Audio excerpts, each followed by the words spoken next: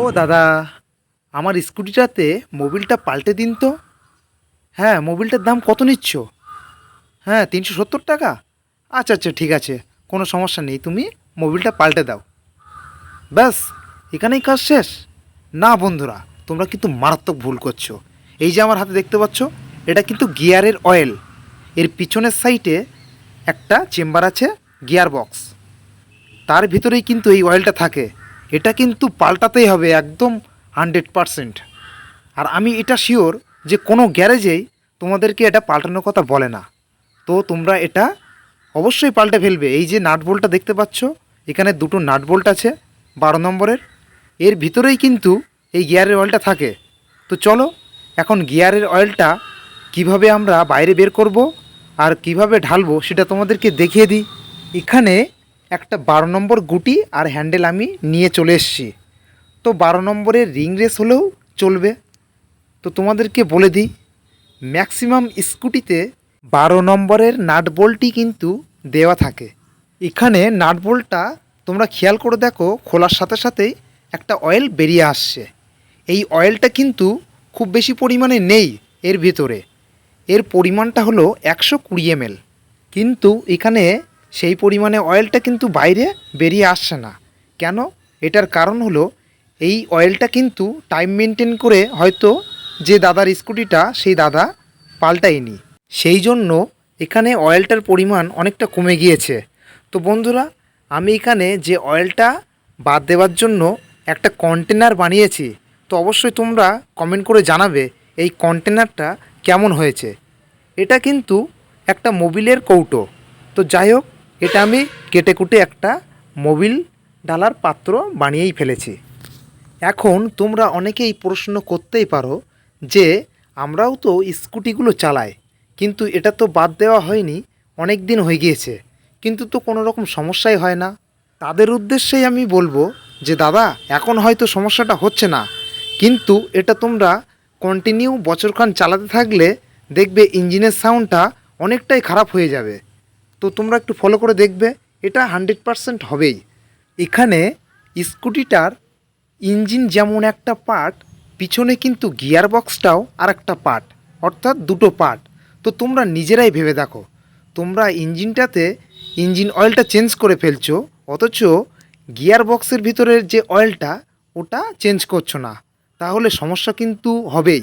এর ভিতরে যে গিয়ারগুলো আছে সেগুলো কিন্তু একসময় ক্ষয়ে ক্ষয়ে নষ্ট হয়ে যাবে। এখন তোমাদের মনে এই প্রশ্নটা জাগতেই পারে যে এই যে গিয়ারের অয়েলটা আমি এখানে পাল্টাচ্ছি, এটা কত মাস অন্তর পাল্টাতে হয়? তো তাদেরকে আমি অবশ্যই বলবো, এটা কোনো মাসের ওপর ডিপেন্ড করে না, এটা সম্পূর্ণ ডিপেন্ড করে ইঞ্জিনের যে মোবিলটার ওপর। এই মোবিলটা যখন তোমরা চেঞ্জ করবে, সেই সঙ্গে সঙ্গে পিছনের গিয়ারের অয়েলটাও চেঞ্জ করে ফেলবে, তাহলে দেখবে ইঞ্জিনটা একদম ফার্স্ট ক্লাস চলবে। তো চলো বন্ধুরা, এখন এই যে গিয়ার বক্সের ভিতরে বাদ দেওয়া অয়েলটা আছে, ওটা কম্প্রেসারের সাহায্যে আমরা হাওয়া মেরে বাইরে বের করে ফেলছি।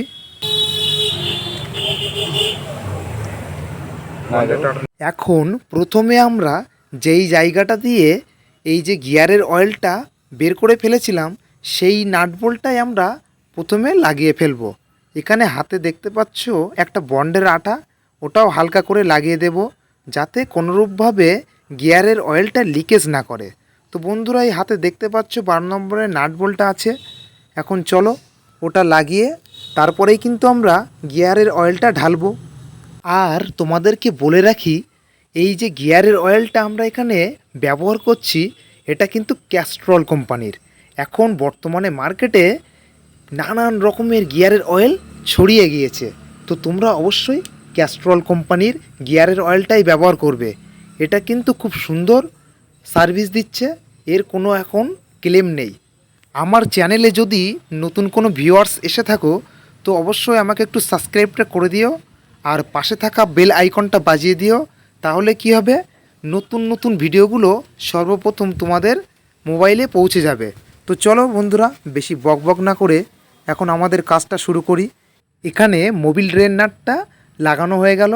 এখন 12 নম্বরের গুটি আর এই যে হ্যান্ডেল দেখতে পাচ্ছ আমার হাতে একটা, ওটা দিয়ে ফুল টাইট দিয়ে ফেললাম। দেখো বন্ধুরা, এখন এটা আমরা ভিতরে ঢালবো। অবশ্যই এটার জন্য আমরা একটা করাত নিয়ে এসেছি, এটা তো কাটতে হবে। এর মুখটা পুরো সিল থাকে, এখান থেকে দেখো বেরোচ্ছে না। তো এখন করাতটা দিয়ে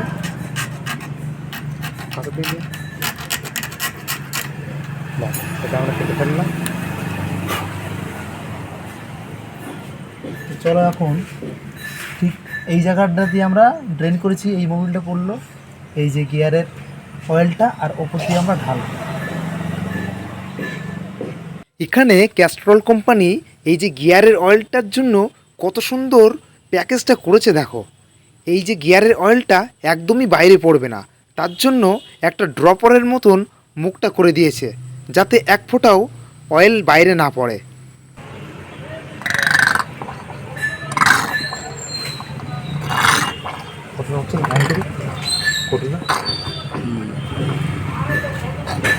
তো বন্ধুরা, তোমরা তো সব কিছু দেখেই নিলে এটা কিভাবে পাল্টাতে হয়। তো তোমাদেরকে বলে রাখি, এই যে গিয়ারের অয়েলটার সাথে ইঞ্জিনের যে মোবিল এর কোনো কানেকশানই নেই, অর্থাৎ এটা একটা আলাদা চেম্বার, ইঞ্জিনের মোবিলটা কিন্তু আরেকটা আলাদা চেম্বার। তো তোমরা যদি মনে করো এটা বাড়িতে নিজেরাই পাল্টে ফেলবে, তো অবশ্যই এটা করতে পারবে। তার জন্য 12 নম্বরের একটা রিং রেস হলেই চলবে। তাহলে বন্ধুরা, তোমরা আজই পাল্টে ফেলো এই যে গিয়ারের অয়েলটা দেখলে। তো যাই হোক, এটা পাল্টালে ইঞ্জিনটাও খুব ভালো থাকবে, আর এখানে যে গিয়ার বক্স আছে এর ভেতরে পেনিয়ামগুলোও আর কোনো ক্ষয়ক্ষতি হবে না। জানি না তোমাদেরকে কতটা বোঝাতে পারলাম। এরকম নতুন নতুন ধরনের ভিডিও আমার চ্যানেলে তোমরা পেয়ে যাবে। আমার চ্যানেলটা সাবস্ক্রাইবটা করে তুলে। আমরা এই যে অয়েলটা ঢাললাম, এটা কিন্তু 80W90, আর এটার এমএলটা দেখো, এর এমএলটা দেখো, এই যে 120 ml। তো দেখতেই পাচ্ছ বন্ধুরা, 120 ml থাকে এটা। তো যাই হোক বন্ধুরা, ভিডিওটা আর বেশি লম্বা করব না, আজকের ভিডিও এখানেই শেষ করে দিচ্ছি। দেখা হবে আবার একটি নতুন ভিডিও নিয়ে। ততক্ষণ তোমরা ভালো থাকবে। Tata, bye bye.